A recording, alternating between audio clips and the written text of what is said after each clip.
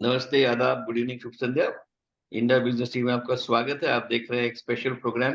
आजादी के अवसर पे हम आज स्पेशल प्रोग्राम कर रहे हैं, भारत का अमृतकाल। आने वाले सालों में क्या हम एक्सपेक्ट कर सकते हैं, मैक्रो लेवल पे भारत कहाँ जाएगा, क्या चैलेंजेस है, क्या अपॉर्चुनिटीज है। आज हमारा पैनल यही आपके सामने अपना राय रखेगी कि हमारा जो देश है आज पांचवा सबसे बड़ा आर्थिक देश है, fifth largest economy in the world. According to Prime Minister, we should become third largest very soon. And अमृतकाल में यानी 2047 में जब हम 100 साल कंप्लीट करेंगे आजादी का, तब हमारा इकोनॉमी $17 ट्रिलियन का होने का दावा करते हैं। तो क्या हम उस पथ पे है? और अगर उस पथ पे है तो क्या क्या चैलेंजेस है, क्या क्या अपॉर्चुनिटीज है हमारे सामने, और हमें किस किस चीजों का ध्यान रखना चाहिए, इस बारे में आज चर्चा करेंगे सबके साथ। तो सबको तो मेरी तरफ से आजादी के दिवस का बहुत बहुत शुभकामनाएं। I think it's a very very momentous occasion. Every year it comes, and every year I think we renew our pledge to our country. So I think very important that we realize that we need to keep independence very close to our heart. Bangladesh में जो हुआ पिछले दिनों में हमें दिख रहा है कि किस तरह से एक लोकतंत्र कितनी जल्दी can descend into chaos. And I think the importance of democracy, the importance of our institutions, हमारी संस्था है जो इतनी इतनी इतनी मजबूत है, वो कितना एक बड़ा रोल प्ले करती है हमारे देश को एक आजाद स्वतंत्र देश रखने का। वो हमें तब पता चलता है जब हमारे जो नेबरिंग कंट्रीज है उनके जो हालत है देख के हमें पता चलता है कितना मजबूत हमारे फोर फादर्स ने इस देश को बनाया है। और लेकिन उस मजबूती को रखने के लिए, बरकरार रखने के लिए हमें सचेत रहना चाहिए। We have to be careful because we have to ensure that we do the right things in the right way. And I think the last elections have also shown us the way that our country is democracy is very alive, it's alive and kicking, and हमारी जो जनता है वो बिल्कुल जागृत है। तो पहले सेठी साहब, आपकी तरफ से कुछ इंट्रोडक्टरी कमेंट्स आजादी के दिन पे, आने वाले साल किस तरह से आपको लगते हैं, क्या कैसे, how do you see India panning out in the next few years? India is on the threshold of progress. पिछले कुछ सालों से वर्ल्ड बैंक और पूरे विश्व में हमने अपना अनेक स्थानों में पहल की है। आईटी, टेक्नोलॉजी, इकोनॉमी अपग्रेडेशन, भी। बहुत से चैलेंजेस को पूरा किया है और बहुत से चैलेंजेस पूरे कर रहे हैं। हमें हमें कोई रुकावट नहीं दिख रही। हम्म। प्रोग्रेस के लिए कोई रुकावट नहीं दिख रही। जी, लेकिन क्या चैलेंजेस है सर? आपको लगता है कोई ऐसी चीजें हैं, कोई रेड फ्लैग्स हैं, कोई स्टम्बलिंग ब्लॉक्स है, कोई ऑब्स्टिकल्स है जो हमें we must be careful about? उसमें मोरल इश्यूज हैं, ट्रांसपेरेंसी है। जी। these are the issues जिसके लिए जब यहाँ भगवान बुद्ध और जैन महावीर का देश है ये, जी। तो और मॉरल साइंस में बहुत वीक हो गया है। हम्म। जी बिल्कुल। मेरे ख्याल से that's a very sensitive subject and we should probably touch upon it. आज हमें इसके बारे में थोड़ी सी चर्चा करनी चाहिए, क्योंकि पिछले कुछ दिनों में वही हिंडनबर्ग वाला जो एक मामला खड़ा हुआ सेबी के चेयरमैन के सिलसिले में, तो क्या हमारी अपनी अपनी क्या क्या राय है उसके बारे में भी थोड़ा हम मेरे ख्याल से जिक्र करना चाहिए। मनोज भाई, पहले आपके पास आते हैं। what are your views on obviously the good side of the next few years, but also the threats? What are the challenges that India will face, both internally and externally? Because there is a huge geopolitical issue. We all understand all our neighbors except China probably is shaky and very politically unstable, which is never good for us, because if our neighbors are unstable, it's never good for the country where the stability is there. So, various challenges according to you, and how do you think India can actually face them? नमस्कार निखिल भाई। सबसे पहले तो आपको और सारे viewers को हम आज़ादी का जो 78वां महोत्सव मना रहे हैं, तो उसकी सभी को बहुत बहुत बधाइयाँ। और बिल्कुल आज आपने बड़ा ही अच्छा टॉपिक रखा है डिस्कशन के लिए कि जो आज़ादी के अमृत काल में हम भारत को जो है विकसित भारत की तरफ बढ़ते हुए देख रहे हैं, और वहाँ पे देश के सामने क्या अपॉर्चुनिटीज है और क्या हम जो है ऑब्स्टिकल्स रहेंगे जिनको हमको नज़र में जो है रखना चाहिए। तो जहां तक अपॉर्चुनिटी का सवाल है, तो हम जो सबसे बड़ी जो बड़ी चीज है इंडिया में आज की तारीख में, वो यहाँ का यूथ है। और हम देख रहे हैं कि जो सबसे बड़ी लार्जेस्ट जो youth population in the world वो इंडिया में है। उसके चलते हम देख रहे हैं कि यहाँ पे कंजम्पशन जो है वो लगातार बरकरार है, और ये कंजम्पशन की ही हमारी ताकत है कि हम यहाँ पे लगातार 7 से 8% की जो जीडीपी की जो ग्रोथ है उसको मेंटेन करते हुए चल रहे हैं, और हम डबल डिजिट ग्रोथ की तरफ बढ़ने की जो है बातें कर रहे हैं। तो बिल्कुल यहाँ पे ये एक बहुत बड़ी जो है अपॉर्चुनिटी है इंडिया के लिए, और ये अगले 10-20 सालों में रहने वाली है। इसीलिए यहाँ पे प्रधानमंत्री जी जो है बार बार इस चीज को उठा रहे हैं कि जो अगले 20 साल जो है वो भारत के हैं, क्योंकि जो हमारी जो वर्क फोर्स है वो अभी काफी युवा है बाकी देशों के मुकाबले। तो यहाँ पे जो पर कैपिटा इनकम की हम बात कर रहे हैं उसमें यहाँ पे लगातार जो है बढ़ोतरी अगले 10 से 20 सालों में देखने को मिलेगी, और उसी के दम पे हम 2047 तक जो है 17 ट्रिलियन की इकोनॉमी तक पहुंचने की बातें कर रहे हैं। तो कंजम्पशन जो है वो सबसे बड़ी अपॉर्चुनिटी है हमारे देश में, जिसके ऊपर यहाँ पे हमको विश्वास करना है, और वो हमारी एक बड़ी ग्रोथ का कारण बनेगी। दूसरा, हम यहाँ पे जो लगातार क्लाइमेट चेंज को ध्यान में रखते हुए और जो फॉसिल फ्यूल के ऊपर हमारा डिपेंडेंस है उसको कैसे कम किया जाए, उसको कम करने के लिए जो लगातार भारत सरकार का प्रयास है, और जो हम ग्रीन एनर्जी की लगातार बात करते आ रहे हैं, और उसके लिए जो लगातार प्रयास सरकार की तरफ से पिछले 10 सालों में किए गए हैं, चाहे वो सोलार का मामला हो, या चाहे हम जो हमारे जो फ्यूल्स हो उसमें इथेनॉल ब्लेंडिंग की बात हो, तो इस तरह के जो चाहे जो इलेक्ट्रॉनिक व्हीकल इंडस्ट्री को बढ़ावा हो, तो ये सारी जो चीजें हैं, जैसे जैसे हमारी ग्रेजुअली जो डिपेंडेंसी है इन फॉसिल फ्यूल्स के ऊपर जो है कम होगी, तो निश्चित रूप से जो हमारा जो एक बड़ा बजट जो है हम कह सकते हैं कि जो फ्यूल इंपोर्ट के ऊपर है वो कहीं ना कहीं एड्रेस होता हुआ दिखेगा।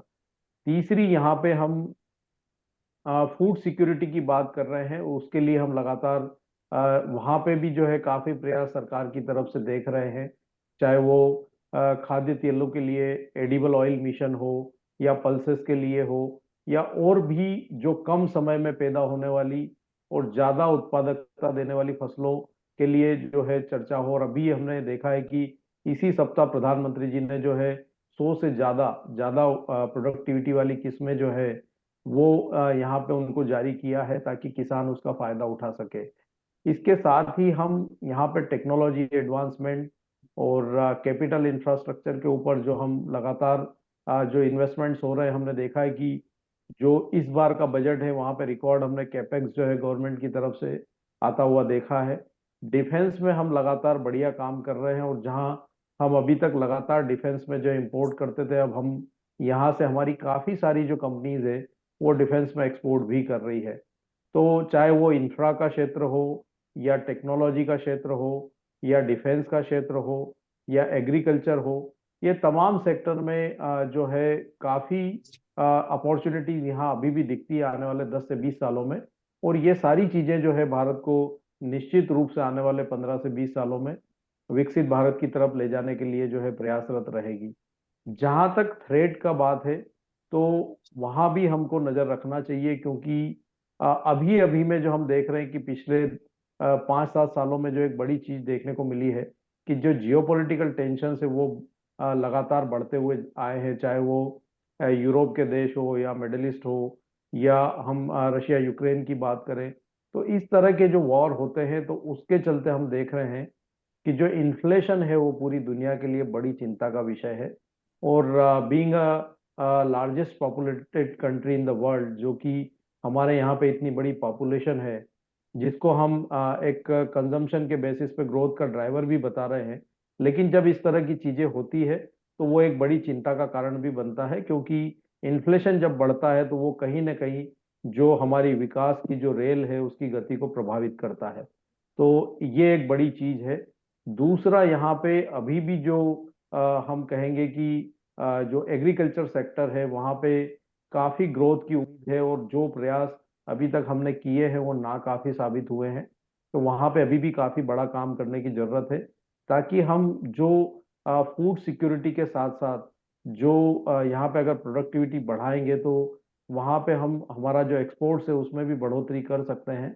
क्योंकि यहाँ पे भारत में काफी विविधता है, हम काफी सारी चीजों में हमारी मोनोपोली रखते हैं। तो वहां पे अगर गुणवत्ता में सुधार होगा तो निश्चित रूप से जो एक्सपोर्ट्स है उसमें भी हम सुधार आते हुए देखेंगे। तो ये एक चीज है जहाँ पे हमको नजर रखना चाहिए। और निश्चित रूप से जो जियोपॉलिटिकल टेंशन है वो एक बड़ा कारण है।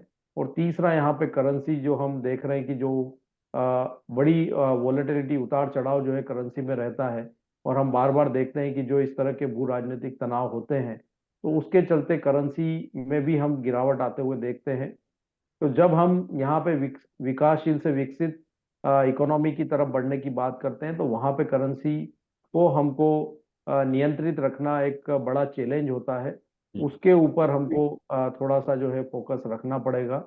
और एक और सबसे बड़ी मुख्य बात जो एक अभी रिसेंट में चिंता का विषय बनी है कि जो हमारा बैंकिंग सिस्टम है वहाँ पे हम देख रहे हैं कि जो जो डिपॉजिट का जो रेट है वो लगातार गिरता हुआ नजर आया है। और इसके ऊपर हमारे जो रिजर्व बैंक के गवर्नर साहब हैं उन्होंने भी चिंता जताई है कि किस तरह से डिपॉजिट को जो है वापस से इंकरेज किया जाए, बढ़ाया जाए, ताकि जितनी भी जो हम विकास के लिए जो योजनाएं बना रहे हैं या उनकी जो फंडिंग की जरूरत है उसको हम कैसे वहां से फंड कर सकें। तो इसके ऊपर भी एक बड़ा जो है नजर रखने वाली बात है और इसको एड्रेस करने की जरूरत है। Neeraj, Nikhil. I think so pretty well articulated in terms of क्या क्या हमारे सामने opportunity है, उसके सामने क्या threats भी है. I will come to the issue of transparency and morality in the regulatory aspects again later on, Manoj bhai, in the second round. So that because that's one issue that we need to, which Sethi साहब raised in his opening remarks. I think उसके थोड़ा सा अपने टिप्पणी देना जरूरी है कि हमें क्या, हम कितना हम इसको, जो पिछले दिनों हुआ कितना मायने रखता है, कितना हम उसको इम्पोर्टेंस देते हैं, कितना सही है, कितना गलत है, कितना ग्रे है, कितना ब्लैक है, कितना व्हाइट है. Will come back to you on that, Manoj भाई. अनुज जी, आपके हिसाब से व्हाट एवर मनोज भाई has said, what Sir, ever sorry to interrupt, if I may.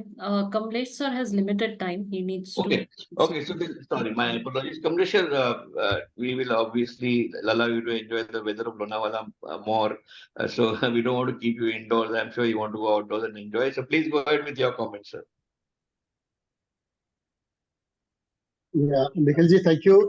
और sorry because of some personal commitment. No मैंने problem. प्रिया जी को कहा था कि I'll join you from 4 to 4:15 today. No.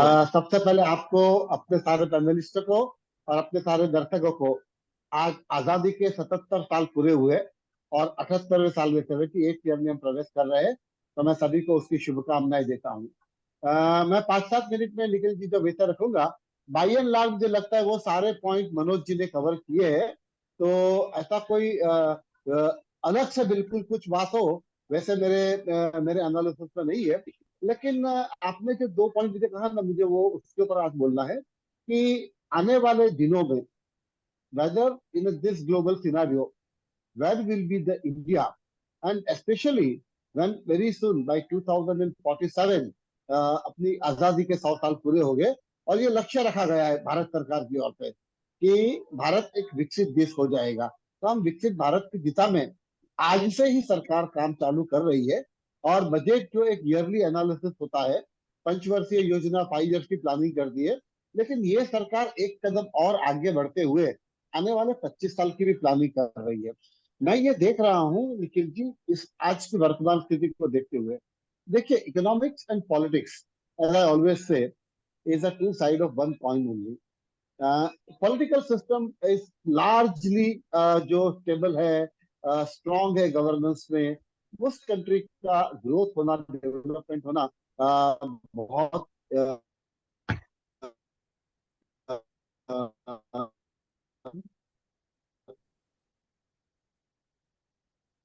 Is it Kamlesh bhai's transmission? Yes, there seems to be some network issue. Kamlesh bhai, we have frozen. The image is frozen. We can't hear you. अगर इस प्रकार से ही Go population बढ़ता रहा तो शायद 2047 जब आएगा तब हमारा पॉपुलेशन जो होगा ना विल समवेयर बिटवीन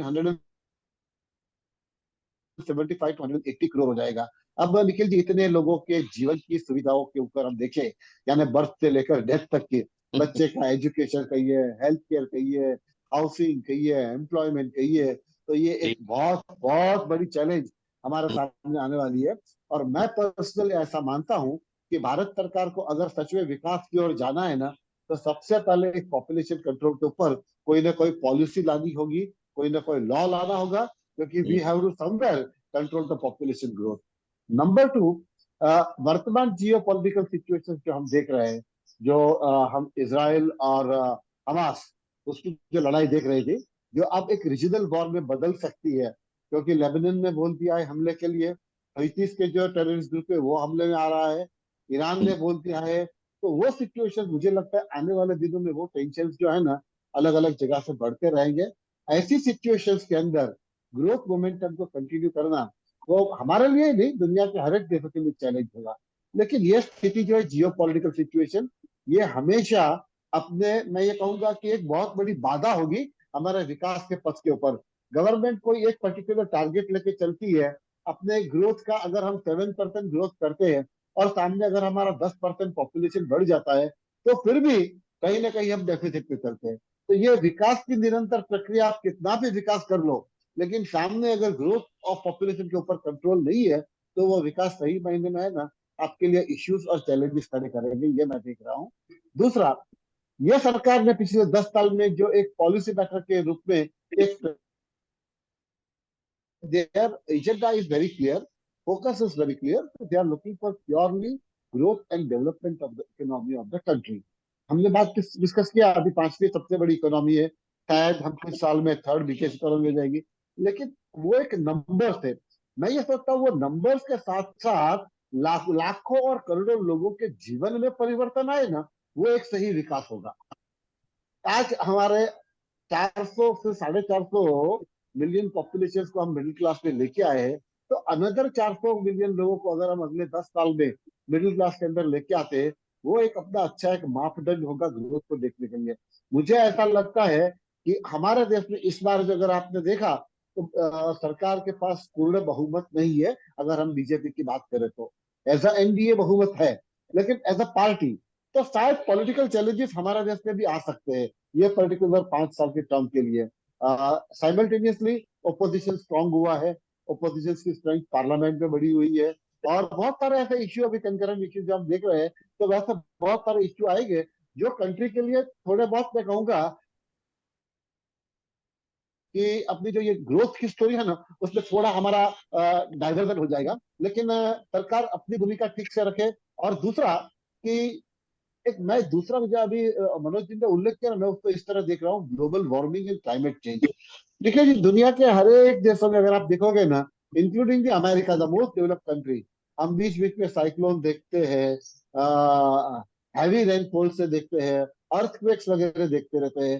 तो इस प्रकार के नेचुरल कैलेमिटीज का प्रमाण बढ़ते जा रहा है। हमारे यहाँ भी अगर आप देखेंगे तो इस मानसून में काफी लैंडस्लाइड हुआ है, उत्तराखंड में आप देख लीजिए, हिमाचल प्रदेश के अंदर देख लीजिए। तो मैं ऐसा सोचता हूँ कि चैलेंजेस इस प्रकार के हैं। हमारे देश में आज भी पावर सेक्टर में काफी काम होना बाकी है। इंडस्ट्री के बारे में एक चीज मैं कहूंगा कि आज मेक इन इंडिया का जो हमारा एक नारा है ना, तो हमारे लिए बिगेस्ट चैलेंज और थ्रेट चाइना है। अब चाइना को ग्लोबल मैन्युफैक्चरर से हटाकर उस स्थिति में इंडिया को आना, उसके लिए थोड़ा मुझे लगता है समय भी लगेगा और बहुत सारे एफर्ट लगेंगे। लेकिन पॉजिटिवली मैं इस बात का हूँ कि जिस दिशा में पॉलिसीज बन रही है, उससे मुझे लगता है इंडिया ग्रोथ तो डेफिनेटली करेगा आने वाले दिनों में। चैलेंजेस जो मैंने आपके सामने रखी, वो चैलेंजेस को गवर्नमेंट को और पॉलिटिकल सिस्टम को अच्छी तरह से उसको कंट्रोल करना होगा। और दूसरा, हिंडनबर्ग के रिपोर्ट के ऊपर मुझे खाली एक ही कमेंट करनी है। पहले उनके टारगेट पे अदानी ग्रुप रहा था, इस बार उनका हमला सीधा हमारे रेगुलेटरी सिस्टम के ऊपर हुआ है, क्योंकि रेगुलेटर्स जो है सभी उनके चेयरमैन के ऊपर ही सीधे एलिगेशन आए हैं। मैं ऐसा मानता हूँ, ठीक है इन्वेस्टिगेशन होने दीजिए, तो it is too early to comment upon anything, लेकिन इसके अंदर मुझे बाकी भी कुछ हिंडनबर्ग की मंशा लग रही है, ये सब एलिगेशंस करने के पीछे। Anyway things will come out, लेकिन आने वाले 10-15 सालों के अंदर मैं ऐसा मानता हूँ हमारा देश काफी अच्छा प्रोग्रेस करेगा। और जो चैलेंजेस में फेस करने की बात कही हमने, उसके ऊपर सरकार ने ध्यान दिया, तो भारत निश्चित रूप से 2047 में विकसित देश बनेगा, ऐसी मेरा मानना है और मैं उसके ऊपर बहुत ऑप्टिमिस्टिक हूँ। Nikhil ji, thank you. I have to just go join for some event, तो मैं आपकी रजा चाहूंगा। Kindly allow me to leave the forum. Yes, sir, we will meet again. Thank you. Thank you Nikhil भाई। Kamlesh Bhai has always put forward his point of view from his perspective very clearly. Anuj भाई, आपने सुना, सेठी साहब के comment सुने, मनोज भाई के comment सुने, कमलेश can you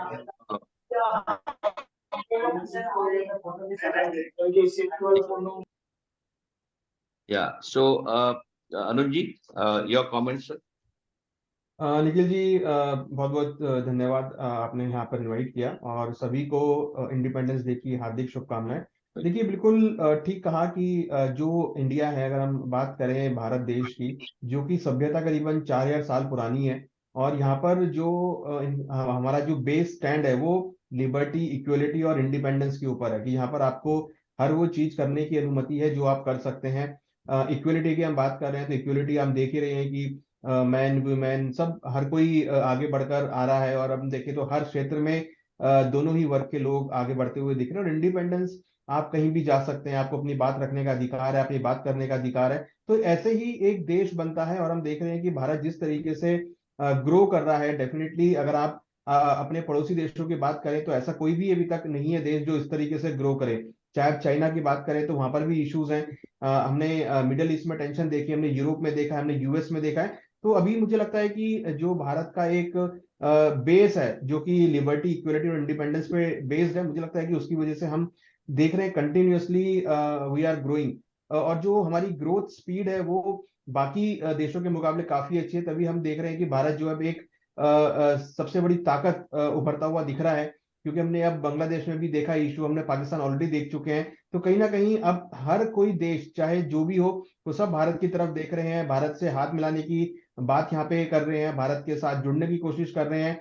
और हमने ये भी देखा है कि भारत के जो संबंध थे, आज से अगर आप 20 साल पहले की बात करेंगे और आज के संबंध के बारे में बात करेंगे तो बहुत सुधरे हैं, चाहे वो ईरान हो, चाहे यूएस हो, चाहे यूरोप हो। इवन हमने देखा है कि मिडल ईस्ट से भी काफी अच्छा हमारे संबंध सुधरे हैं। और कहीं ना कहीं भारत जो है सभी देशों के लिए एक ऐसा पॉइंट निकल कर आया है जहां पर आप अपनी बात कर सकते हैं, जहां पर आप व्यापार कर सकते हैं, जहां पर आप रह सकते हैं इजीली, जहां पर आप इजीली आप मूव ऑन कर सकते हैं। तो कहीं ना कहीं भारत एक ऐसा देश निकल कर आया है जो कि पूरे विश्व के लिए एक ऐसा एग्जाम्पल सेट हुआ है कि किस तरीके से आप अपनी इकोनॉमी को मैनेज कर सकते हैं, और किस तरीके से आप एक विविधता वाला देश है उसका किस तरीके से यूनाइटेड होकर रख सकते हैं। तो ये सब चीजें हम इंडिया में देख रहे हैं, और ये भी हम देख रहे हैं कि उसकी वजह से जो ग्रोथ हम देख रहे हैं इंडिया के अंदर वो कंटिन्यूस बढ़ती हुई दिख रही है। हम 30 ट्रिलियन इकोनॉमी की बात कर रहे हैं कहीं ना कहीं, जो कि एक बहुत फास्ट स्पीड से हम कर रहे हैं। और हम देख भी रहे हैं कि जिस तरीके से इकोनॉमी ग्रो कर रही है और जिस तरीके से डेवलपमेंट्स हो रहे हैं, एक एग्जाम्पल अगर हम देखें तो जिस तरीके से हमारा इंफ्रास्ट्रक्चर डेवलप हुआ है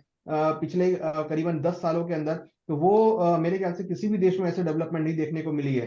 तो कहीं ना कहीं इस तरह की डेवलपमेंट जो भारत में हो रही है वो काफी इंपॉर्टेंट है, और काफी ये एक उदाहरणीय है जो बाकी देशों के लिए, बाकी तथ्यों के लिए कि आप किस तरीके से ग्रो करते हैं। और ऐसे में सबको समान लेके चलना, सबको पूरे अधिकार देते हुए चलना, मुझे लगता है कि ये एक एग्जाम्पल है बाकी देशों के लिए और बाकी लोगों के लिए कि किस तरीके से आप अपनी इकोनॉमी को मैनेज करते हैं। हालांकि अगर आप देखेंगे तो भारत के अंदर जो इनकम का लेवल है वो बहुत चेंज है, मींस आपको कई बार एकदम से गरीब दिखाई देंगे या फिर बहुत एकदम अमीर लोग दिखाई देंगे, तो एक स्टेबल नहीं है। बट उसके बावजूद भी हमने देखा कि कोविड में किस तरीके से हमने इसको मैनेज किया, 2008 की जो हमने मंदी देखी थी उसको हमने किस तरीके से मैनेज किया, कोविड के टाइम किस तरह मैनेज किया। और आप देखेंगे कि जो भारत का, अगर हम एक स्टॉक मार्केट का एग्जांपल लेके चले तो किस तरीके से मार्केट ग्रो कर रहा है, कंपनीज किस तरीके से ग्रो कर रही है, एम्प्लॉयमेंट किस तरीके से ग्रो कर रहा है। और कहीं ना कहीं जिस तरीके से मनोज भाई ने जो बात करी है, प्रति व्यक्ति आय किस तरीके से इंक्रीज हो रही है, वो यहाँ पर देखने को मिली है। तो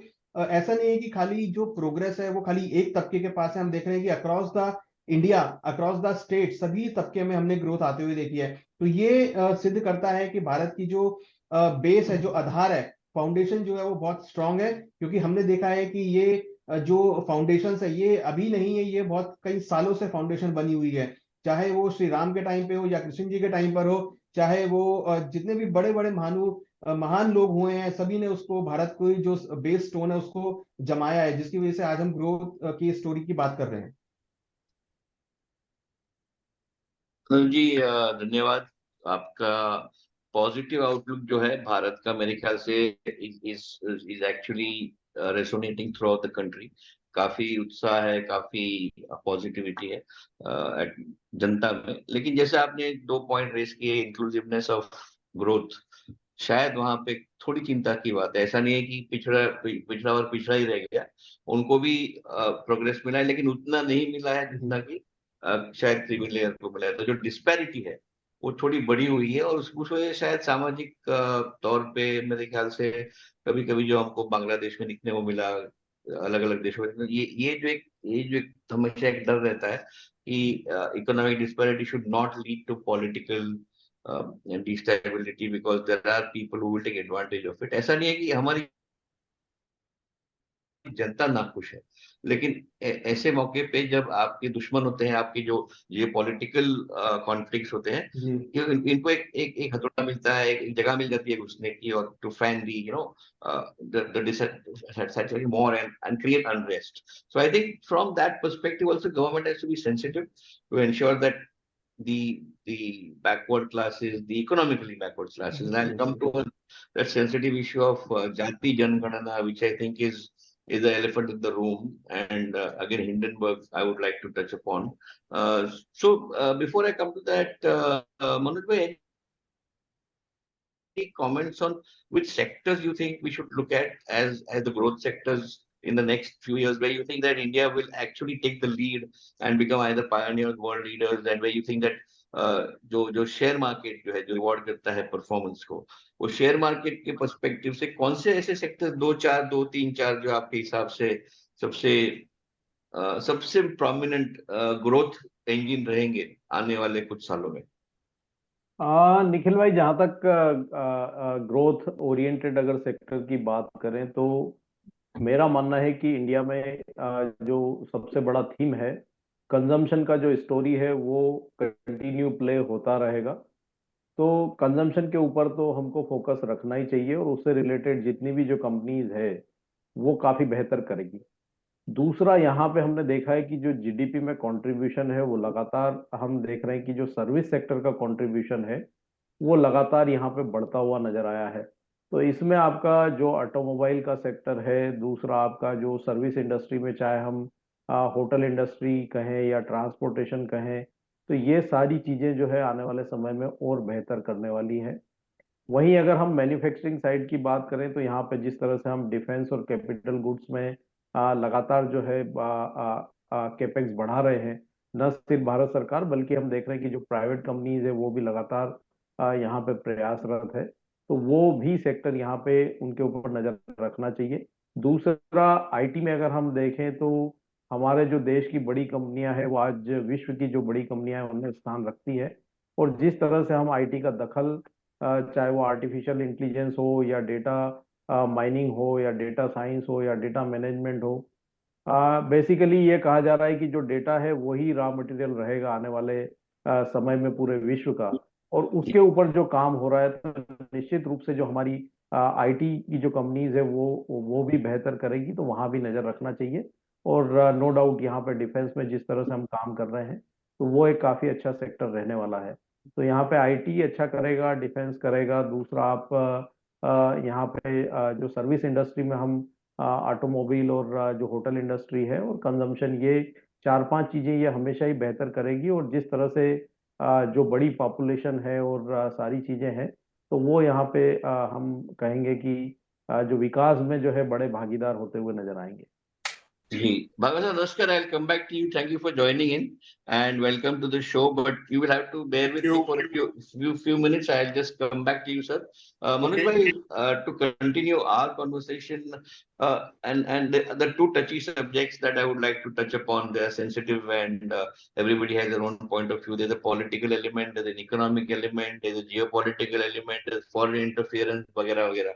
So two subjects. One is the Jati Janganana that is being spoken about, the caste census. That is one. And why I raise that issue is not from a political perspective, लेकिन ये होने से आर्थिक रूप से एक मान के चले कि सेंसस हो जाता है और होता है और हम कर भी लेते हैं, तो आर्थिक रूप से इसका असर क्या हो सकता है भारत पे आपके हिसाब से, अगर गणना होती है तो? और दूसरा जो हिंडनबर्ग वाला जो इशू है कि जो जो मॉरालिटी का इशू आ रहा है, जो जो गवर्नेंस का इशू आ रहा है, जो ट्रांसपेरेंसी का इशू आ रहा है, मनोज भाई आपके हिसाब से, आप दोनों सब्जेक्ट के ऊपर जो भी चाहे पहले पिकअप कर सकते हैं, आपकी आपकी राय क्या है, आपकी अपनी अपनी अपनी टिप्पणी क्या है? आज जाति जनगणना ये एक अनुज काफी बड़ा जो है भाई, अनुज पॉलिटिकल भाई, डिबेट। अनुज भाई लास्ट टू, अनुज भाई यू वांट टू कम इन? देखिए, जब हम डिस्पैरिटी की बात करते हैं तो डेफिनेटली उसमें जो जिसका बेनिफिट होता है वो अपने मौके ढूंढता है। जैसे कि हम अगर पॉलिटिकल पार्टीज की बात करें तो हमने देखा है कि डिस्पैरिटी की वजह से कई बार हमने भी जो पीछे दिल्ली के अंदर जो हमने देखा था कि काफी डिस्टरबेंस हो गया था काफी, तो एनसीसी की वजह से पूरे ही देश में हमने देखा था। तो वो एक टॉपिक हमेशा रहता है, क्योंकि जब डिस्पैरिटी होती है तो कुछ लोगों का जो इंटरनल या उनका एक लाभ कि एक लोभ आता है कि हाँ भाई चलो ये हमारे लिए कुछ करेंगे। बट पॉलिटिकली अगर हम बात करें तो आज तक मुझे नहीं लगता कि कोई पॉलिटिकली कोई भी आदमी बेनिफिटेड हुआ है, क्योंकि पॉलिटिकल एजेंडा जो होता है वो हमेशा हमेशा से ही पावर में आने का रहता है। और उसकी वजह से आप कोई भी पार्टी अगर मैं देखूं तो कहीं ना कहीं उसमें डिस्पैरिटी को उन्होंने यूज किया होता है। तो ऐसे में कोई ग्रेट अचीवमेंट मुझे लगता नहीं है कि नहीं होता। अगर आप, हाँ, अगर आप देश को लेकर सोचते हैं या फिर देश को लेकर आगे चलते हैं तो वहां पर ग्रोथ आने के चांसेस होते हैं। बट अगर आप एक एजेंडा को लेकर चल रहे हैं पर्टिकुलर, तो उससे मुझे लगता नहीं कि कोई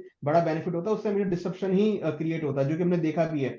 और जहां तक हिंडनबर्ग की रिपोर्ट का सवाल है, हिंडनबर्ग अगर रिपोर्ट देखेंगे तो वो एक पर्टिकुलर एजेंडा को लेके चल रहा है। उसका कोई मोटिव ऐसा नहीं है कि कुछ उसको वहां से हासिल करना है। उसको एक एजेंडा लेके चलना है कि या तो उसकी शॉर्ट सेलिंग पोजीशंस है, या उसको किसी तरीके से ये क्रिएट करना है कि जो भारत में ग्रोथ हो रही है या जो कंपनीज की ग्रोथ है उस पर क्वेश्चन मार्क किया जाए। चाहे वो भारत के इंडिया के जो रेगुलेटर है उस पर क्वेश्चन मार्क किया जाए, या फिर भारत की जो ऑल ओवर कंडीशन उस पर क्वेश्चन मार्क किया जाए। तो उनका मेन ऑब्जेक्टिव सिर्फ यही है कि किसी तरीके से वो एक ऐसा पॉइंट लेकर आए जिससे कहीं ना कहीं जो भारत की गुडविल है, जो इंडिया की गुडविल है, वो पूरे सबके सामने खराब होती हुई दिखाई दे। तो मुझे लगता है कि ये सब चीजें जो है ये सिर्फ एक पर्सनल एजेंडा के अंडर में आती है, उसमें कोई ग्लोबल एजेंडा मुझे नजर नहीं आता। और मुझे लगता है कि जहां पर्सनल एजेंडा की बात होती है उसको मुझे लगता है कि इतना सीरियस नहीं लेना चाहिए, क्योंकि पर्सनल एक आदमी का हो सकता है, एक पर्टिकुलर किसी ग्रुप का हो सकता है। जी Nikhil ji. Ji, Anuj bhai, I think that is quite very frank opinion of yours, and of course there's another side to the story, that another side to the coin, another opinion. But I think आप जो कह रहे हो ना, जो motivation वाला जो एक मुद्दा है, where I support your statement, is जब आपका मकसद पर्सनल प्रॉफिट होता है तो फिर एक प्रेजुडिस आता है, एक बायस आता है, क्योंकि आप ये देख रहे हो कि मुझे फायदा क्या होगा। जब मैं ये कहता हूँ कि मुझे फायदा क्या होगा, तो मैं सब कुछ वो करूंगा जो मुझे करना चाहिए जिससे कि मेरा फायदा बढ़े। और यस। जब मैं उस मकसद से किसी चीज को देखता हूँ, तो वो प्रेजुडिस और वो बायस जो आता है, वो शायद कहीं ना कहीं हिंडनबर्ग की रिपोर्ट में दिखता है। और यस। इस बार काफी साफ दिखता है कि 2015, 2016, 2017, 18, 19, अगर आप एक क्रोनोलॉजिकल ट्रेल देखते हैं पूरा, तो उसमें से दिख रहा है कि आप 15 और 19 को मिक्स कर रहे हैं। 2015 में जो हुआ उसको आप 19 में डाल रहे हो, 2016 में जो हुआ वो 18 के साथ जोड़ रहे हो। अब आप जब when you obfuscate the issue, when you put things next to each other without putting the chronological logic in mind, that is where I think this report is very, very prejudicial, as opposed to the earlier one, the Adani one, where probably they went into analysis and did not related party, whatever. That's a different issue altogether. लेकिन इस बार जो लग रहा है कि एक sort of agenda ऐसा है कि मैं Yes. कुछ शॉर्ट करूं, फिर भारत की जो स्थिति सबको लगता है अनस्टेबल है, हम कुछ बोल देंगे और नेक्स्ट डे मार्केट 2000-3000 पॉइंट गिर जाएगा, मैं पैसा कमाऊंगा और घर चला जाऊंगा। हुआ नहीं, क्योंकि अब I think the investors become wiser, institutions become wiser, government also probably at the back, back end is doing something. But whatever the case may be, I think your point is very valid. Manoj bhai, what do you think? बिल्कुल, यहाँ पे जो निखिल भाई आपने बात की है कि जो लगातार यहाँ पे इस तरह की जो चीजें हुई है, और लास्ट टाइम हमने देखा था कि एक पैनिक रिएक्शन मार्केट ने दिया था। लेकिन इस बार निश्चित रूप से वैसा कुछ हुआ नहीं, क्योंकि इन्वेस्टर्स जो है वो पहले से ही अलर्ट थे काफी। और हम पहले भी देख चुके हैं कि जो चीजें हुई उसमें कुछ निकल कर ऐसा आया नहीं।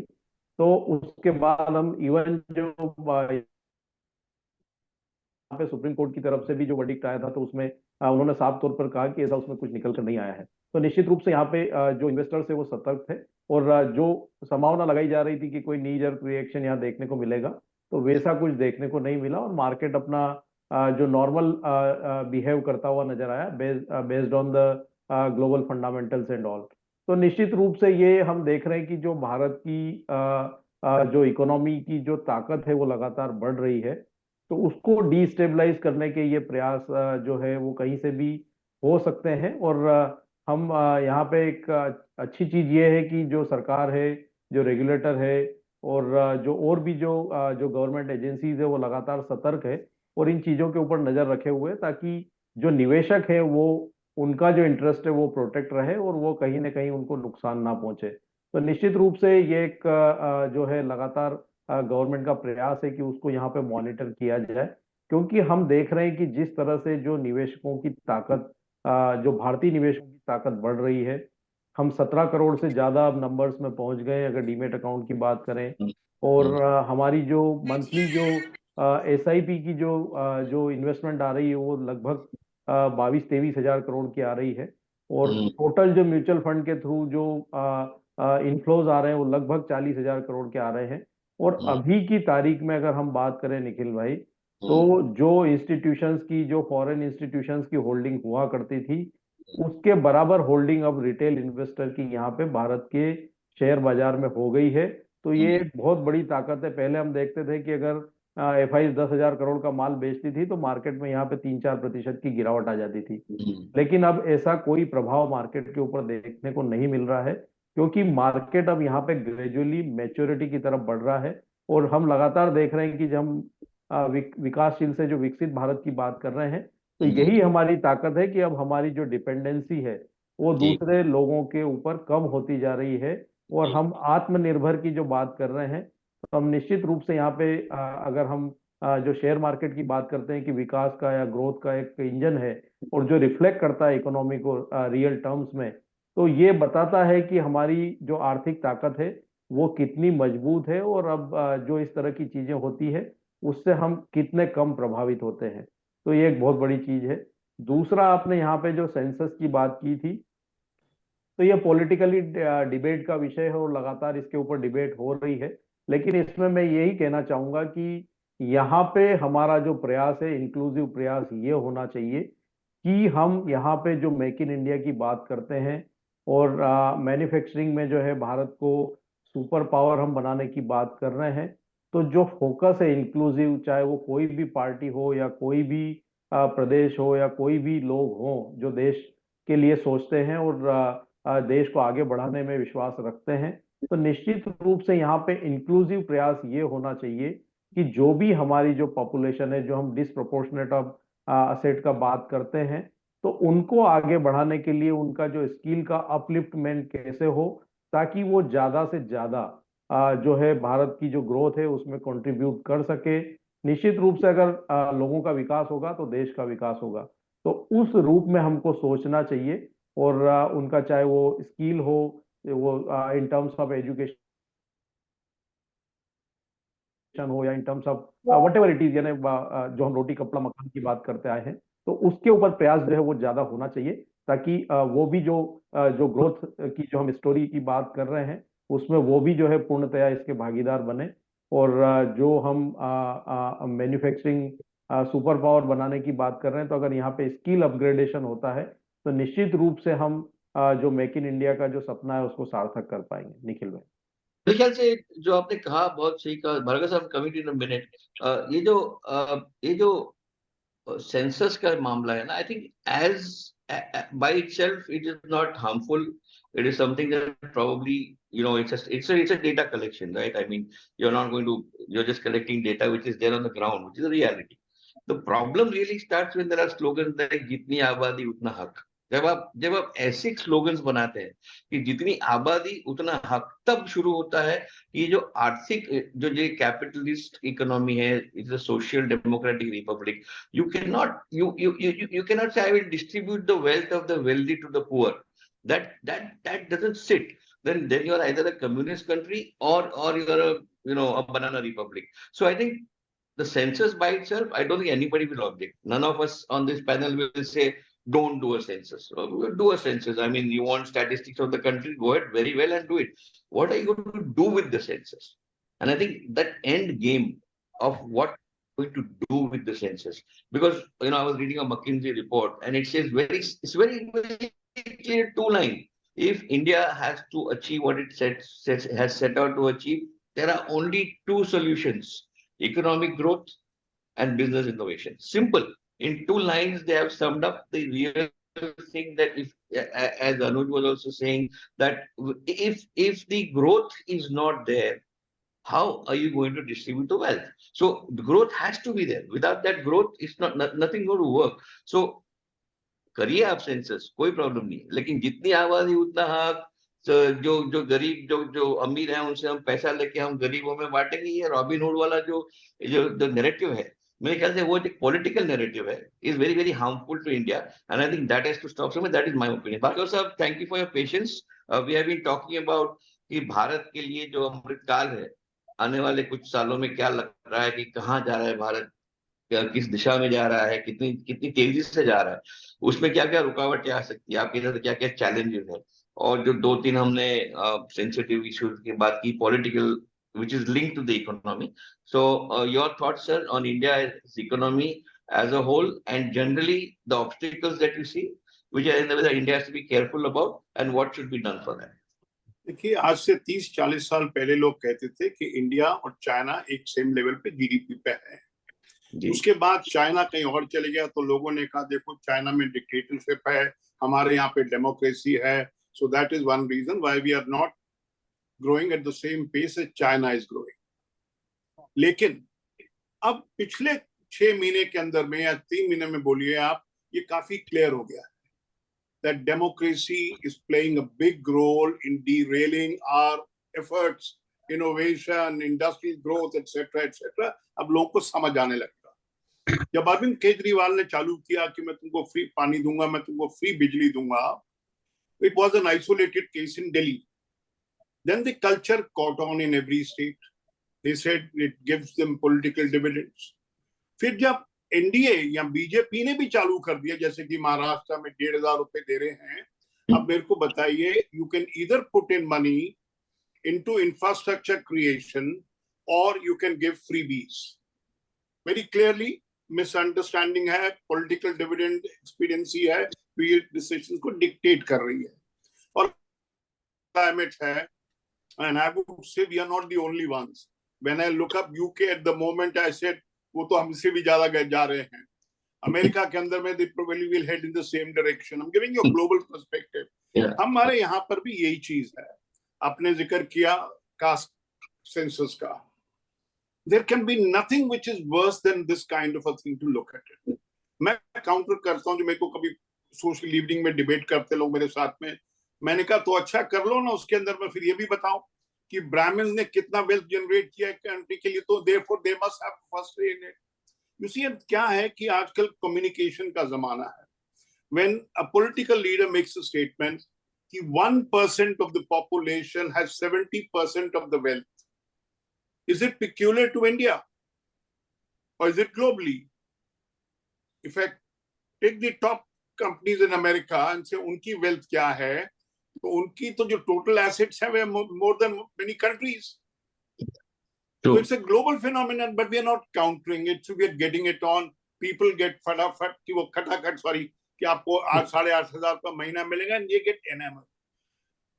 जैसे मोदी जी ने कहा कि देखो एजुकेशन के ऊपर करना, हमको मेडिकल कॉलेज ज्यादा खोल लिया and all.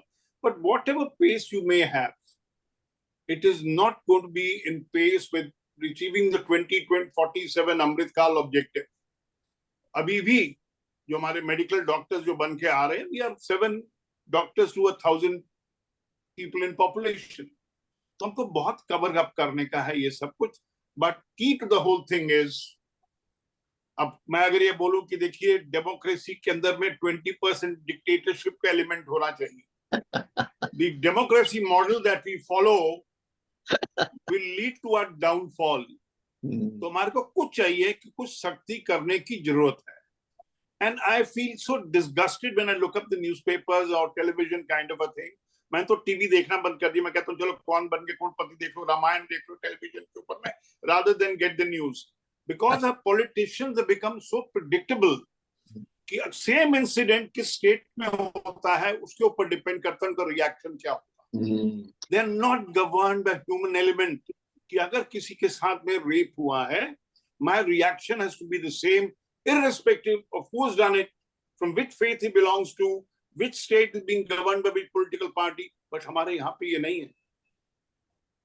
तो कहीं ना कहीं ये जो educated illiterate है ना, मैंने अपनी किताब में एक phrase यूज किया था, the tragedy of India is that 1/3 of the population is illiterate, but the bigger tragedy is that those who can read cannot read the writing on the wall. तो हमारे साथ में इस समय यही है कि हम पॉलिटिकल चीज पर लगे हुए, हमको ये अचीव करने का है। You are not looking at is it helpful to the country, is it going to be beneficial. अब आपने हिडनबर्ग की रिपोर्ट का जिक्र किया। अब जयराम रमेश का जो ट्वीट आया उसमें था 22 मिनट का गैप था between the release of report and his tweet on the Twitter कि भाई हमने ये हमारे कमेंट्स है उसके ऊपर में। फिर किसी ने ये पूछा कि वेदर मावी Buch should have resign. The question is, did you give her a time for it? आज रिपोर्ट आई है, let her mull over it. You start demanding her resignation if in the next 24-48 hours she is not resigned. तो ये Prestige issue बन जाता है कि why is it? और अब तो बड़ा अपेरेंट हो गया है that it was a report sponsored kind of a thing. To look at it. So I'm so glad यहाँ पे कुछ signs of maturity आ गई हमारी stock exchange में, people who are governing कि भाई we know who's doing it and we are not going to yield ground. So this is one, I would like to put it across, this is one element. But when you look at it, कि देखिए हम लोग हर चीज के ऊपर में milestone achieve करते हैं, we pat our backs कि हमने बहुत अच्छा काम कर दिया है। But we have to look at it from the perspective कि हमको अगर windfall आ रहा है तो कहाँ से आ रहा है, और are we the best in it? हम एविएशन इंडस्ट्री में I used to say very often कि जब किंगफिशर कोलैप्स किया तो उनका bulk of the business which airline took? It was not Air India. Indigo. It was Indigo which took the business, not even Jet Airways. So likewise, when China से वो shift करते हैं, वो कहते हैं second source of हमको equipment चाहिए manufacturing के लिए, are we number one choice or is Vietnam taking it away? Philippines. You know, yeah. the pride has to come into the fact that we are a nation and we will seize the opportunity to get it. हम तब कहेंगे कि हमको अमृत काल है. One is of course to have vision. Vision has been articulated. Now how to go there and what is the roadmap that you have to follow? अब बीच में उसके अंदर hurdles जो होंगे, क्या हम देख रहे हैं कि signs of these hurdles are coming up? How do you look up to that? अब जैसे किसी ने बोला कि one nation, one poll. Now why can't we have consensus on it? अब every time there's an election, there are kind of freebies being offered.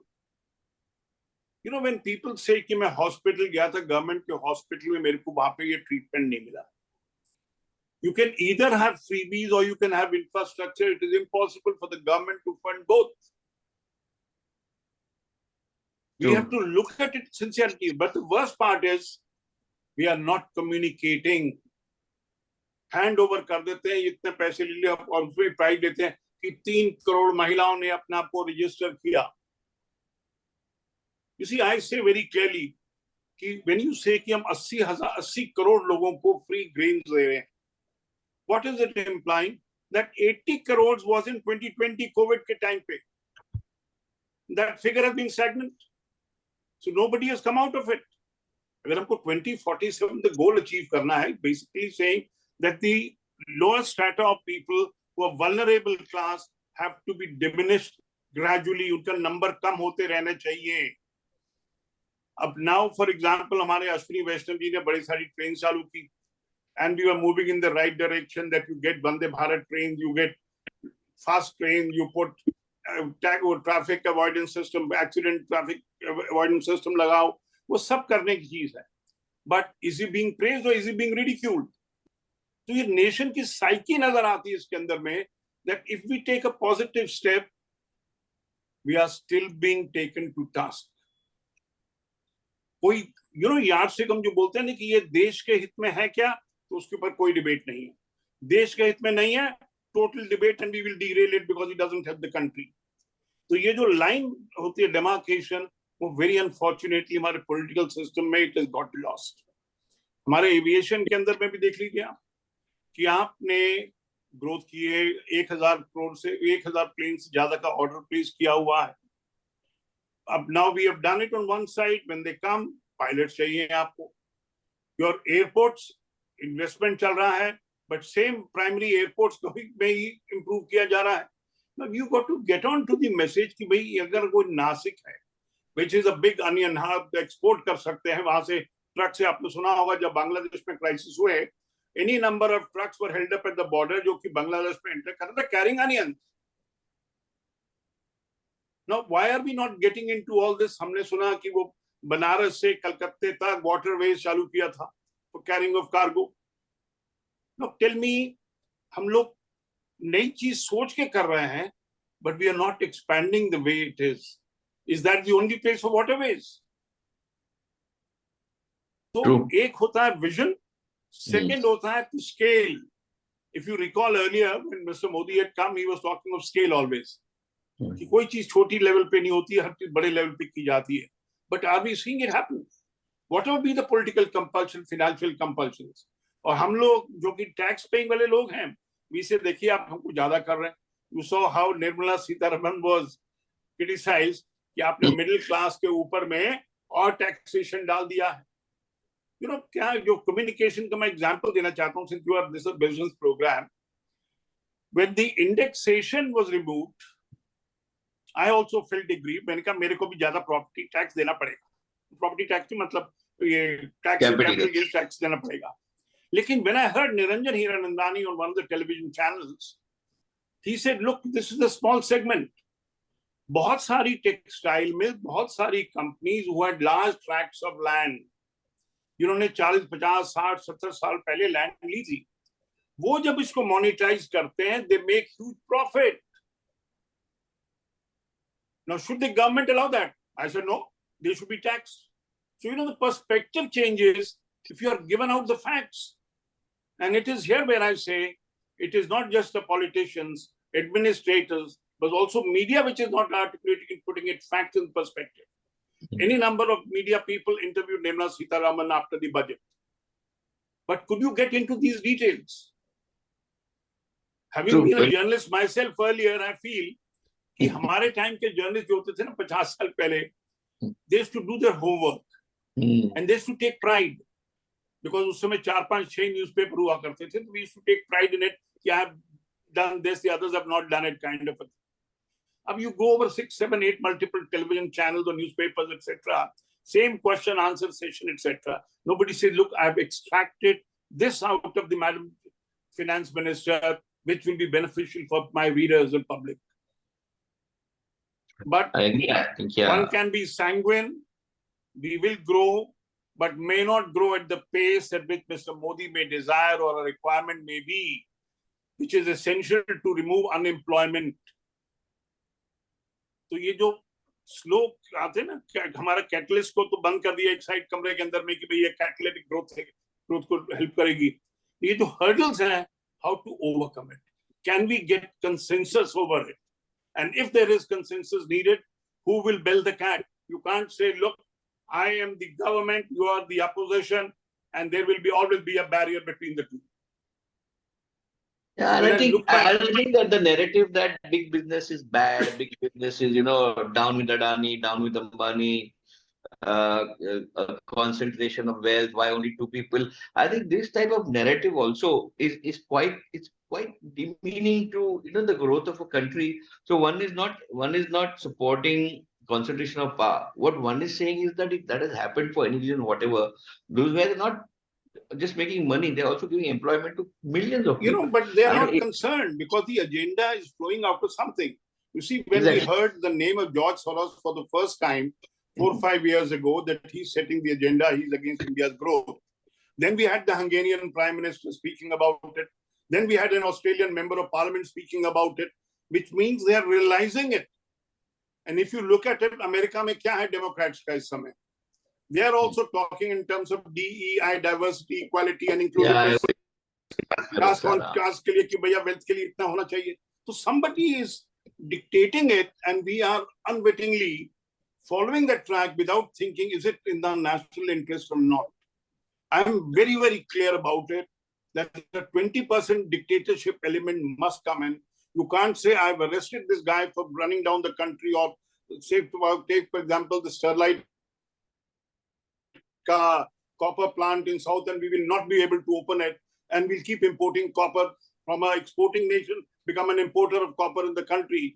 So इसमें ये सब चीजें क्या हैं? But nobody will do a case study on it and say this is not in national interest. So, I'm very, very clear about it. Vision wise, yes, very good. At least we have a vision that 2047 तक हमको विकसित होना है, हमको अमृत phase के अंदर में निकलना है. लेकिन जो रास्ता है उसको क्या हम एक ऐसा हाईवे बना सकते हैं जो कि बारिश के समय में पॉट होल्स क्रिएट नहीं करे, which is akin to creating hurdles. True. I think very well said, sir. I think very well put. And as an observer of the country for so many years, I think the experience. Yes, Anandji. I would like to add one more thing, that in the roadmap of Indian growth story, we have a very big stoppage, which I am looking, that the migration of HNI clients, HNI investors, HNI public, almost on the basis of one report, almost 4,300 million will shift from India to another country, and the most desirable place destination would be the UAE, because there is no tax. So this is again very challenging part for the Indian economy. अगर हम बात कर रहे हैं growth की, तो जब HNI नहीं होंगे हमारे पास, हाई नेटवर्क इनकम लोग नहीं होंगे, और जो भी बन रहे हैं वो अगर बाहर जाके शिफ्ट होंगे, तो they will create the wealth for their the another country, for not India. तो वी कि अब पॉलिटिकल एजेंडे की अगर बात हो रही है तो हमको उसको भी नजर में रखना चाहिए. अगर हम कुछ ऐसा एक्टिविटी करें, ऐसा कुछ अरेंजमेंट करें कि जो हमारे HNI कस्टमर्स हैं, HNI लोग हैं, जो मिलियनर्स हैं, वो इंडिया छोड़ के ना जाएं, और इंडिया के ही अंदर उनको हम कुछ ऐसा दिखाएं, तो that is again very cause of concern कि किस तरीके से हम उनको यहाँ पर मेंटेन रखें. क्योंकि अगर HNI नहीं होगा, बिजनेसमैन नहीं होगा, मिलियनर नहीं होगा, तो कौन जॉब क्रिएट्स करेगा? तो अगेन मेरे ख्याल से ease of doing business, I think, is what you are referring to, and I think it's very important because there is so much. So I'm involved with a renewable energy company, and you won't believe this, that if I want to start or under a group captive open access system, a solar plant in any place in my state, I need 35 permissions. 35, which means I can put up the plant in 45 days, but I can't start it for 180 days. Why? Because the other 135 days are going to go into getting permissions. Now, I was aghast. I said, what? I mean, you have invested the money, the plant is ready, but you cannot operationalize it until you get those damn 35 permissions. And if that's where we are, for something that's a need of the hour, you're putting up a solar plant. You're saying, I'm putting up solar, which is going to change everything. I'm not going to use the normal electric, but you can't, because you need those 35 damn licenses. तो मुझे लगता है ये जो आपने जिक्र किया कि लोग छोड़ के जा रहे हैं, सडनली इंडेक्सेशन निकाल दिया, सडनली ये कर दिया, सडनली 40% कर दिया, सडनली सेस लगा दिया, सडनली बोला FEMA में पैसा नहीं भेज सकते, whatever. I mean, you can't send more than 6 lakh, 7 lakh. I don't understand this nonsense कि आप 6 लाख से ज्यादा मत भेजो, 7 लाख क्या? I mean, what are we discussing? What is 6 lakhs? My driver earns that much every year. I mean, I don't understand the 6 lakh, 10 lakh concept. हम अभी उस स्तर तक पहुंचे हैं कि 1 करोड़, 2 करोड़, 5 करोड़ की बात करिए ना आप. ठीक है, exactly. ऊपर मत भेजिए, समझ में बात आती है. 6 लाख क्या होता है? What is 6 lakhs? I mean, it completely beats me कि वहाँ नॉर्थ ब्लॉक या साउथ ब्लॉक में जो लोग बैठे हैं वहां पे द मैंडरिन्स क्या सोच के बोलते हैं ये सब. और जब छोटा आदमी बेचारा है कि उसका बच्चा कहीं फ्री पढ़ाई के लिए गया है, उसको आप बोलते मैं TDS करूंगा, मैं टैक्स काटूंगा, फिर वो टैक्स काट के फिर मैं आपको क्रेडिट नहीं दूंगा, फिर आपको ऐसे. I think that becomes so completely ridiculous in this country. That is what leads to this disenchantment. कि सर क्या हो रहा है? आप एक तरफ अपॉर्चुनिटी दे रहे हैं कि कमाइए, ठीक है, आपने नहीं कमा तो लिया, लेकिन अभी आप पैसा बाहर नहीं भेज सकते हो, नहीं कर सकते हो. So that I think is a very, very funny part of this country. I think it's nothing to do with any particular government or particular bureaucratic setup. I think it's सालों से ये होते आ रहा है. और ये जो है ना, ये मनसा जो है, ये मनसा चेंज करना बहुत जरूरी है. तब जो भारत में जो एंटरप्रेन्योरशिप है, और जो आपको पुश देना है, make in India, startup India, stand up India, सब fly होगा, सब कुछ होगा, but you have to ensure that ease of doing business is there. That is my, I'm sometimes really, I mean, frustrated at what the babus do down the line, where there's complete mismatch with what the FM says or what the PM says or what Mr. Piyush Goyal says. So I think the things that need to be addressed by the government, if you want this Amrit Kaal and this third largest economy and $7 trillion, blah blah blah, it's not going to happen if you are not going to be practical and seeing the difficulties on the ground. That's what it is. So it's Bhargav sir, your comments. No, I fully agree with you कि जैसे हमने बताया कि लोग को पता है, they must look at, मतलब we are not being able to articulate to the lowest rung of people कि अगर इंडिया ग्रोथ करती है उसके डायरेक्ट बेनिफिशियरी आप, लेकिन अगर एक आदमी को पता लग जाता है कि मेरे को कुछ काम करने की जरूरत नहीं है क्योंकि मेरे को घर मिल रहा है, मेरे को पानी मिल रहा है, मेरे को बिजली मिल रही है, मेरे को फ्री एजुकेशन मिल रही है, तो मेरे को क्या फायदा है? Now the question comes in, government has to get on and articulate to the lowest rung of people, even if it's a political agenda. Let me put it this way to you, कि आपका political will gain in terms of votes, but at least communicate the positives kind of a thing. It can't be a mad race for people कि मेरे उसने चालू किया free बीज देने के लिए तो मैं भी करूंगा, ये भी करूंगा, and all that kind of a thing to go by. It's a very unfortunate situation. I am less positive now than what I was 4 months ago. I'm being very clear about it कि हम पढ़ते नहीं हैं, हम जब traffic को देखते हैं, whether it is, these are small things to look at.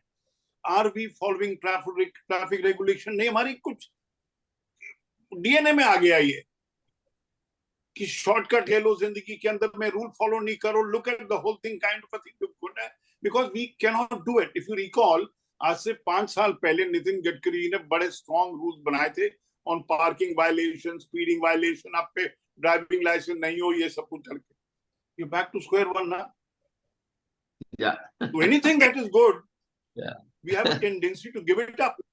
And I keep quoting all these examples of Air India very often. J.R.D. Tata had introduced everything that was possible or feasible to make Air India a great airline. But you withdrew each one of them gradually. But vision रहा कि हमको Air India को बड़ी महान airline बनाने का. अरे when your basic ingredients have been withdrawn, how can you achieve the objective?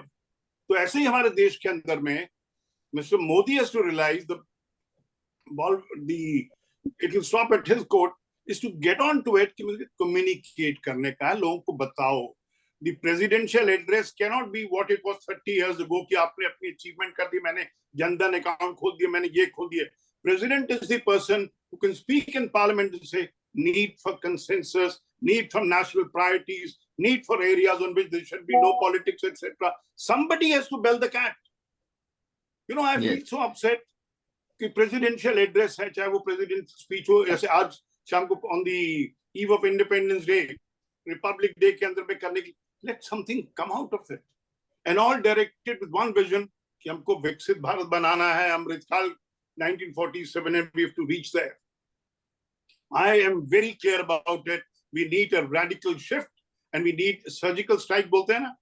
We need a surgical strike on people who are opposing country's growth. You can't be goody and say lollipop offer कर दो, छोटी victories हो गई, and treat small victories as milestones कि हमने attain कर लिया. Country has to think big.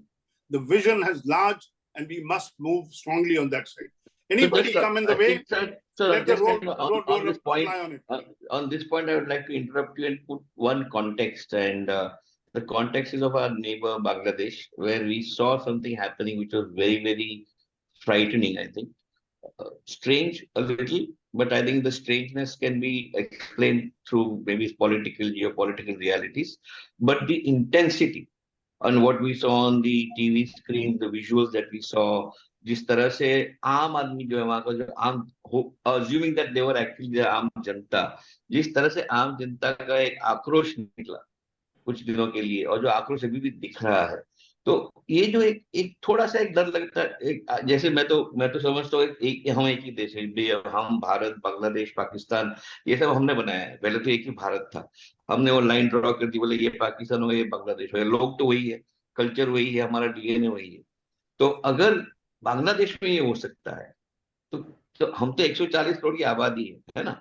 तो अगर हम थोड़ा सा we have to sort of exercise some sort of I think, political acumen to ensure that that type of unrest, which was fomented, which was obviously, somebody put oil in the fire. Nikhil ji, I'll make one comment. Comparison जो आपने बहुत बढ़िया example दिया है. देखिए, what happened was that on 5th August, Sheikh Hasina was told कि आप जाइए यहाँ से, and she was given a safe passage. Whose responsibility was to take control of the country?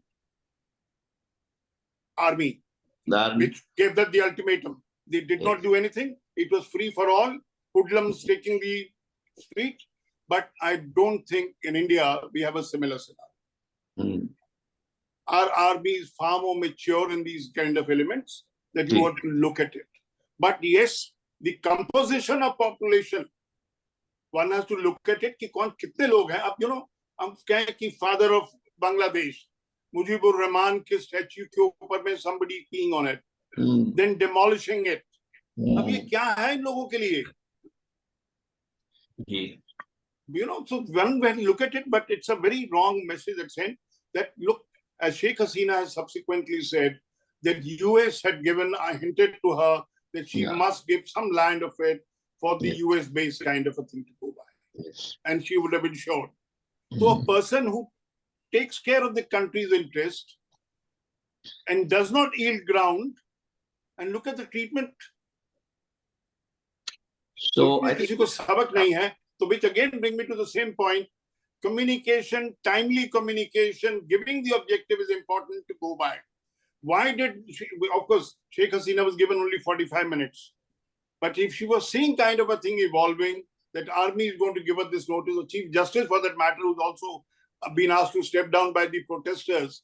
We can't believe it कि India के अंदर में कोई group of protesters हो क्या Chief Justice must resign. I can't visualize the scenario in India. True. So, we can't, Bangladesh, what has happened is unfortunate, sad. It has exposed how you are vulnerable to foreign forces. But to compare it with India, I think we are a little more mature than what they are. And our army can stand by. We got all over. Our army is not as politicized as in Pakistan, Bangladesh, and Burma, and these kind of places, So we are in safe hands. Let's put it this way. We are in safe hands. मेरे ख्याल से हमारी जनता भी काफी सचेत है, काफी politically mature है. We are a much older democracy than Bangladesh, obviously, and I think the level of political awareness, the level of political maturity is. We saw it in the recent elections, right? We saw a lot of things that would not have been thought of or dreamt of that happened, and you saw the logic behind that. So I think that gives you a lot of confidence that जो वहाँ हुआ वो यहाँ नहीं होगा. लेकिन हमें एक बार एक वार्निंग मिला है, एक चेतावनी मिली है, तो मेरे ख्याल से उस चेतावनी को हमें उस चेतावनी को सामने रख के हमें उसको एकदम ध्यान से देख के उसको समझ के उससे कुछ सीख लेके हमारी जनता के साथ हमें जो करना है वो आगे चल के करना पड़ेगा. मेरे ख्याल से सबसे बड़ा चैलेंज जो है इस सरकार को, ये मेरी राय है, is this issue of caste census, civil unrest arising out of economic disparity, and not because the individual is dissatisfied. I am concerned कि जो geopolitical tensions की वजह से बाहर से जो interference आएगा और हमारे जो local players support करते हैं उस interference को, उसकी वजह से जो fanning होगा, एक होगा तिनका कहीं, मतलब तिनको जो हवा देके जो आग बनेगी, उसकी एक चिंता होती है कि आगे चल के हमें उस तिनके के ऊपर ध्यान रखना बहुत जरूरी है कि वो आग नहीं बने, क्योंकि ये सबसे बड़ी आपत्ति हो सकती है आर्थिक डेवलपमेंट के लिए. Economics is very closely linked to this. As you rightly said, when Bangladesh happened, tons of onions and trucks were stopped at the border.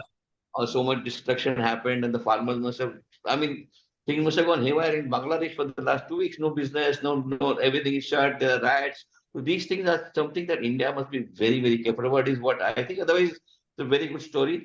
Shetty sir, you have been listening very patiently to everybody. Before I take closing comments from Bhargav sir, Manoj ji and Anuj, your comments sir and yours Priya ji. First you Shetty sir. सब कुछ सुन रहे थे आप. What does your wisdom tell you? What would you like to share with us?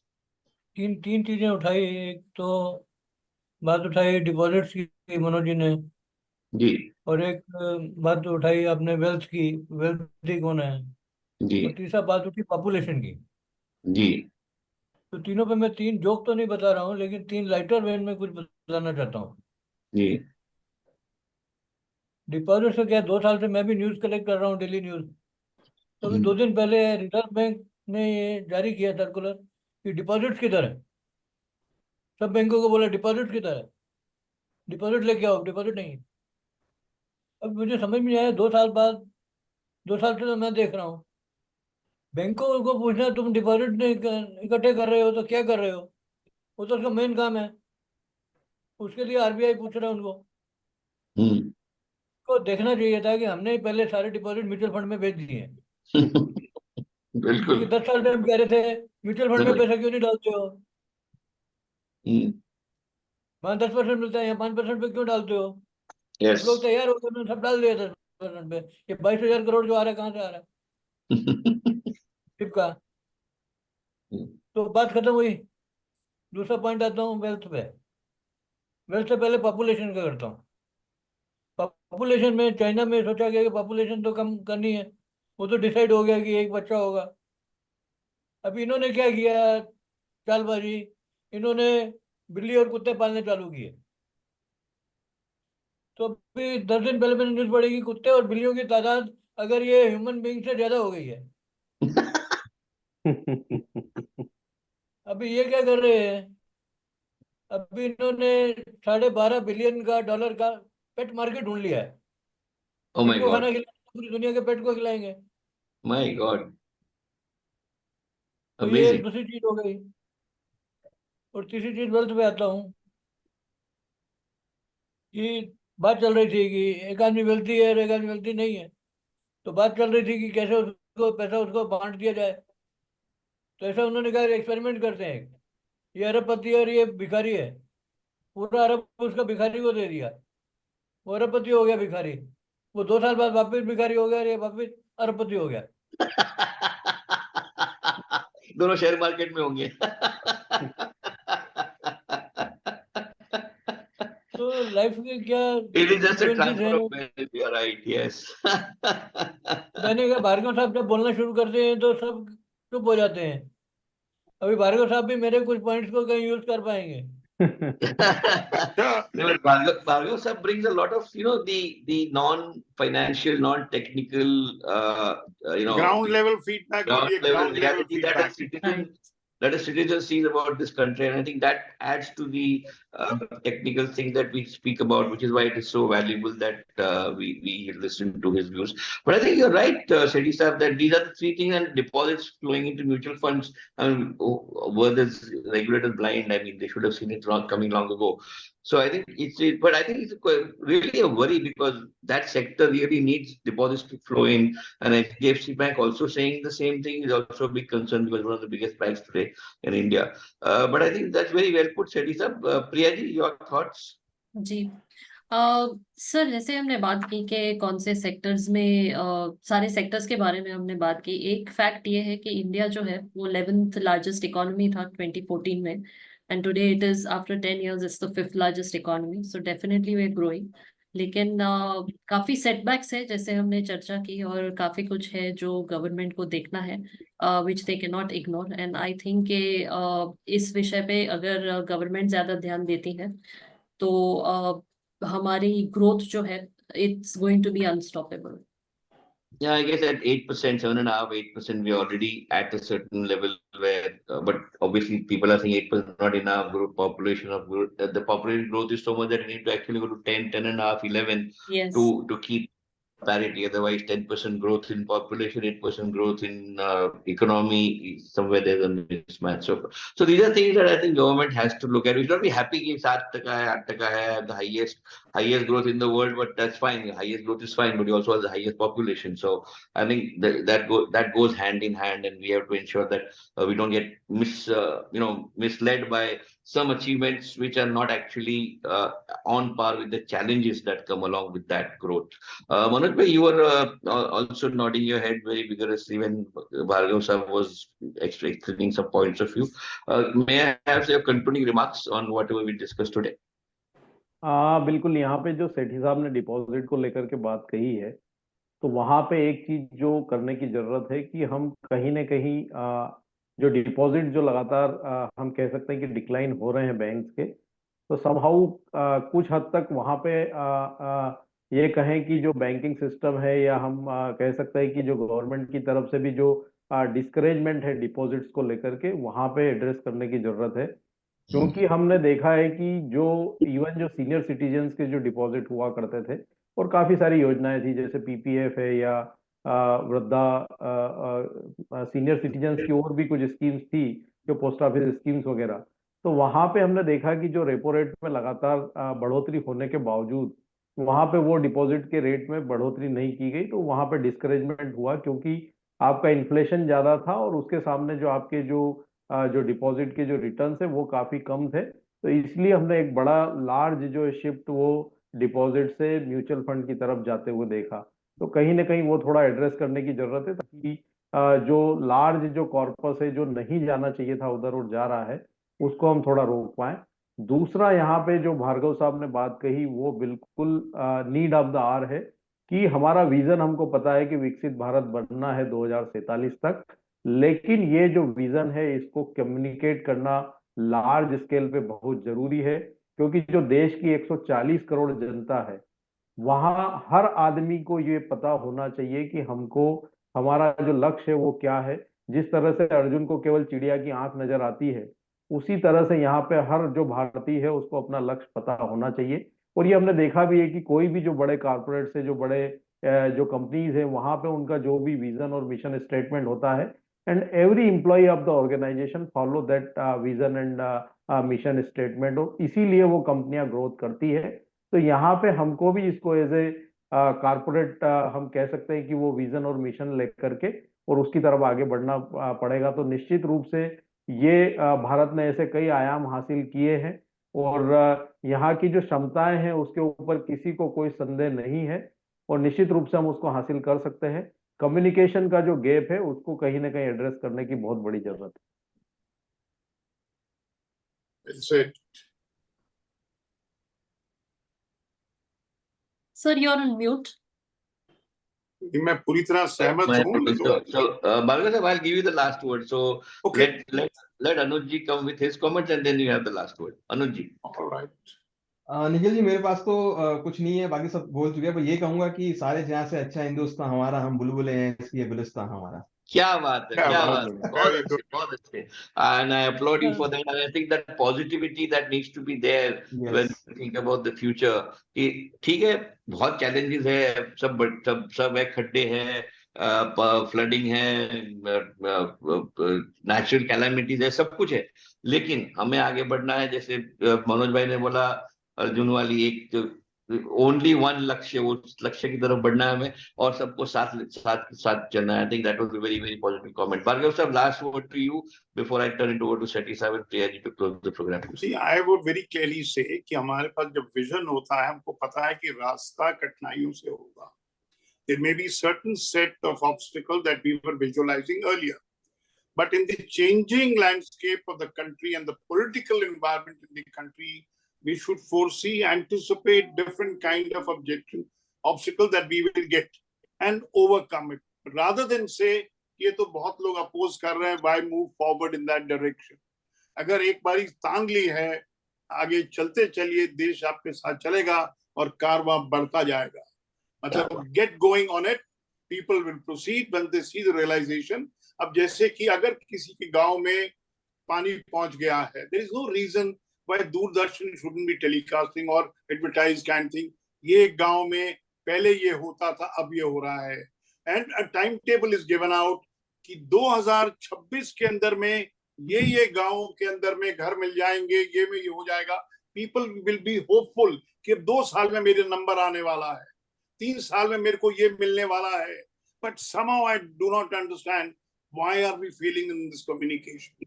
क्योंकि जब लोगों के सामने कोई गुड न्यूज डैंगल की जाती है ना, चाहे वो 4 साल बाद की हो, he is hopeful कि my misery will come to an end, कि मेरे को 1 किलोमीटर दूर पानी लेने के लिए नहीं जाना पड़ेगा, मेरे घर में पानी आएगा। विकसित भारत तब होगा जब पीपल आर होपफुल कि मेरे को मिलने वाला है, and it will give the ruling party political dividends, and still we don't find people being communicated अब ये कहना कि हमने 3 करोड़ मकान बना दिए और बजट के अंदर में 3 करोड़ के लिए पैसा सैंक्शन कर दिया है, तो ठीक है, हाउसिंग कंपनीज के लोन की शेयर्स की कीमत बढ़ जाती है, दैट्स वन एस्पेक्ट। बट जो राइटफुल बेनिफिशरीज हैं उनको तो पता हो ना कि निर्मला सीतारमण जी ने ये बजट सैंक्शन किया है, ये मकान बनेंगे और इस स्टेट में, इस डिस्ट्रिक्ट के अंदर में मकान मिलेंगे, तो मेरे को पता हो कि मेरे को मकान मिलने वाला है। We have to create that awareness, create that flicker of hope, और फिर लोग कहें देश सही रास्ते पे चल रहा है। Positivity will help the government, will help the nation in achieving the objective. मैं बड़ा सिंपल हूँ as a communicator, that communication in today's era is a must, and we must look at reasons why we are communicating, what we are communicating, when we are communicating, to whom are we communicating, but communicate. बिल्कुल, मेरे ख्याल से कहिए, आपके दिल की बात कहिए, मन की बात कहिए। मन की बात महीने में एक बार कहने की जरूरत नहीं है, रोज कह सकते हैं। आजकल सोशल मीडिया इतना पावरफुल हो गया है कि आप एक ट्वीट करो, एक फेसबुक पे कुछ डालो, इंस्टा पे कुछ डालो, लेकिन ये अगर मैं एक चीज बोलूं, if you allow me to intervene, देखिए आपने सोशल मीडिया का जिक्र किया, यू नो एलन मस्क के पीछे ब्रिटिश गवर्नमेंट पड़ गई है, क्योंकि in the crisis that they are having, when they have barred even reposting और ट्विटर के ऊपर में जेल कर रहे लोगों को सोशल मीडिया पोस्ट करके, this is the only source of communicating. बिल्कुल, तो look at what benefits you get out of it, so don't look at social media as a menace, look at as a friend and then take advantage of it.